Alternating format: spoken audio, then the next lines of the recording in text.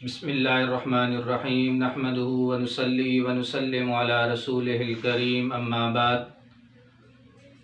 آپ صلی اللہ علیہ وسلم کی حدیث مبارکہ کہ من تمسک بسنتی عند فساد امتی فلہ اجر 100 شہید، کہ آپ صلی اللہ علیہ وسلم نے فرمایا کہ جس نے فتنے فساد کے زمانے کے اندر میری ایک سنت کو زندہ کیا تو اللہ تعالیٰ اس کو 100 شہیدوں کے برابر اجر و ثواب عطا فرمائیں گے۔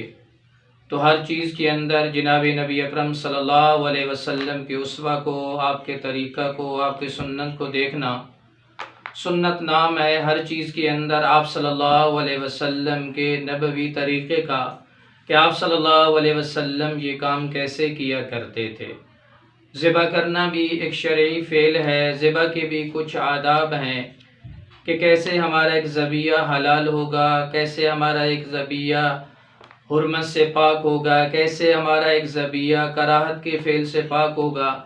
اس کے لیے آپ صلی اللہ علیہ وسلم کا بہترین اسوہ ہم سب کے لیے موجود ہے۔ جس وقت جانور کو ذبح کیا جا رہا ہو تو سنت مستحب عمل یہ ہے کہ اس کو بائیں کروٹ پہ لٹایا جائے، اس کا منہ قبلہ کی جانب ہو اور ذبح کرنے والے کا منہ بھی قبلہ کی جانب ہو۔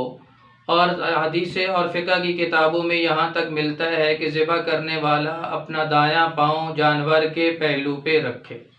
اب جس وقت وہ جانور کو ذبح کر رہا ہے تو اس سے پہلے یہ دعا پڑھ لے، انی وجہت وجہی للذی فطر السماوات والارض حنیفا ان صلاتی ونسکی ومحیای ومماتی للہ رب العالمین۔ اور اس کے بعد کہے قربانی کے جانور کے لیے کہ اللہم لک و منک، یا اللہ یہ قربانی ہم تیرے لیے ہی کر رہے ہیں اور یا اللہ تیری دی ہوئی توفیق سے ہی کر رہے ہیں۔ اب اس کے بعد جانور کو ذبح کرے، ذبح کرنے کی تکبیر بسم اللہ اللہ اکبر کہے اور جانور کو ذبح کرے۔ ذبح کرنے کے اندر شریعت کا ضابطہ بڑا آسان ہے اور ذبح کا محل بین اللبۃ واللحیہ ہے، یعنی سینے کے بالائی حصے سے لے کر جانور کے جبڑے تک پوری گردن محل ذبح ہے۔ جہاں سے بھی رکھ کے وہ ذبح کرے گا جانور حلال ہو جائے گا، جانور حلال ہو جائے گا۔ جانور کے حلال ہونے کے لیے 4 رگوں میں سے 3 رگوں کا کٹنا ضروری ہے، لیکن یہ فطرت کا ایسا نظام ہے جس وقت چمڑا کٹتا جاتا ہے تو فوراً خوراک اور سانس کی نالی کٹ جاتی ہیں اور دونوں جانب جانور کے گردن کی دونوں جانب میں خون کی رگیں ہوتی ہیں، وہ بھی فوراً کٹ جاتی ہیں۔ اب یہ جانور شرعی طور پر حلال ہو چکا ہے۔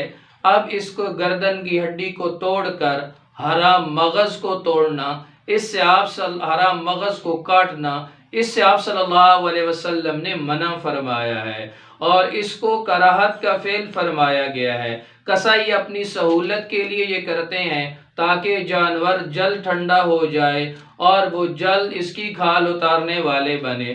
تو یہ شریعت کے اندر گردن کی ہڈی کو توڑ کر وہاں سفید دھاگا سا جو حرام مغز نظر آتا ہے اس کے کاٹنے کو شریعت کے اندر مکروہ قرار دیا گیا ہے، تو اس سے بچنا چاہیے، اس سے بچنا چاہیے۔ اور جانور کے حلال ہونے کے لیے 4 رگوں میں سے 3 اگر کٹ جائیں تو جانور حلال ہے، لیکن جب اتنا کٹ جاتا ہے تو 4 رگیں بآسانی کٹ جاتی ہیں، 4 رگیں بآسانی کٹ جاتی ہیں۔ اب جانور جب ذبح ہو گیا، اب اس کے بعد یہ دعا پڑھ لے، اللہم تقبلہ منی کما تقبلت من حبیبک محمد صلی اللہ علیہ وآلہ وسلم وخلیلک ابراہیم علیہ السلام۔ اب ذبح کرنے کے بعد وہ یہ دعا پڑھ لے، ذبح کرنے کے بعد یہ دعا پڑھ لینی چاہیے۔ ذبح کی مناسبت سے چند ایک اور مسائل بھی ہیں۔ بعض اوقات یہ ہے کہ گھر کے اندر ایک جانور بیمار ہے، اب پتہ نہیں چل رہا کہ آیا یہ جانور مر چکا ہے یا زندہ ہے، تو فقہا نے چند علامتیں بیان فرمائی ہیں کہ اگر وہ علامتیں اس کے اندر پائی جائیں گی تو وہ جانور حلال ہوگا، اور اگر اس کے اندر وہ علامتیں نہ پائی جائیں گی تو وہ جانور حرام ہوگا۔ پہلی علامت یہ ہے، ایک ایسے جانور کو ذبح کیا گیا جس کا پتہ نہیں چل رہا کہ یہ زندہ ہے یا مر چکا ہے۔ اگر اس کو ذبح کیا گیا، اس سے خون ایسے فوارہ مار کے نکلا جیسے ایک زندہ صحیح سالم جانور کا نکلتا ہے، اور ویسے زندگی کی کوئی علامت نہیں موجود تھی، فقہا فرماتے ہیں یہ جانور بھی حلال ہے۔ ایک جانور کو ذبح کیا گیا تو اس نے اپنی بند آنکھیں تھی، آنکھیں کھلی تھیں، اس نے آنکھیں بند کر لی ہیں، اس کا منہ کھلا تھا، اس نے اپنا منہ بند کر لیا، اور پاؤں اس کے کھلے تھے تو اس نے پاؤں اپنے سمیٹ لیے۔ یعنی آنکھیں بند کر لینا، منہ بند کر لینا، پاؤں کھلے تھے سمیٹ لینا، یہ بھی زندگی کی علامت ہے، حیات کی علامت ہے۔ گویا کہ یہ جانور حلال تھا، زندہ تھا، جب اس کو ذبح کیا گیا تو یہ جانور اب حلال ہے۔ تین چیزیں کون سی ہیں؟ آنکھوں کا بند کر لینا، منہ کا بند کر لینا، اور پاؤں کا سمیٹ لینا۔ ان تین علامتوں میں سے کوئی ایک علامت پائی جائے گی تو وہ جانور حلال ہے۔ اگر کسی جانور کو ذبح کیا گیا، اس نے اپنی آنکھیں کھول لیں، منہ بند تھا کھول لیا، یا پاؤں اس نے پھیلا دیے، تو یہ اس کے حرام ہونے کی علامت ہے۔